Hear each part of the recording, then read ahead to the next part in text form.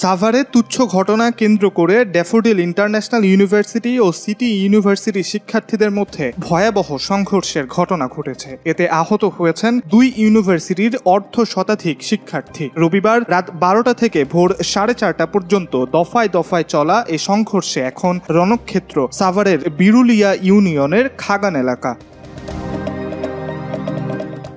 জানা গেছে, রোববার সন্ধ্যায় ব্যাচেলর প্যারাডাইজ হোস্টেলের সামনে সিটি ইউনিভার্সিটির এক শিক্ষার্থী মোটরসাইকেল থেকে থুথু ফেললে তা ড্যাফোডিলের এক শিক্ষার্থীর গায়ে লাগে। এ ঘটনায় বাকবিতণ্ডা শুরু হলে রাত 9টার দিকে সিটি ইউনিভার্সিটির কিছু শিক্ষার্থী ড্যাফোডিলের শিক্ষার্থীদের হোস্টেলে হামলা চালায়। এতে হোস্টেলের কয়েকটি কক্ষ ভাঙচুর হয়।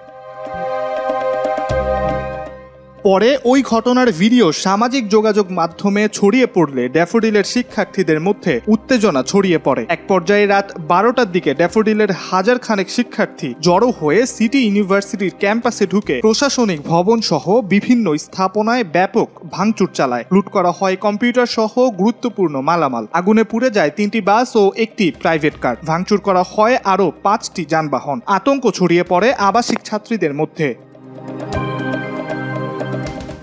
সংঘর্ষের সময় আতঙ্ক সৃষ্টি করতে একাধিক ককটেল বিস্ফোরণের ঘটনাও ঘটে। ভোররাত পর্যন্ত চলা এ সংঘর্ষে উভয় বিশ্ববিদ্যালয়ের অন্তত অর্ধশতাধিক শিক্ষার্থী আহত হন। অভিযোগ উঠেছে, দীর্ঘ 4 ঘন্টা ধরে সংঘর্ষ চললেও আইন শৃঙ্খলা বাহিনীর কোনো সহায়তা পাননি শিক্ষার্থীরা। ঘটনাস্থলে এখনও উত্তেজনা বিরাজ করছে। ইব্রাহিম হোসেন, আজকাল।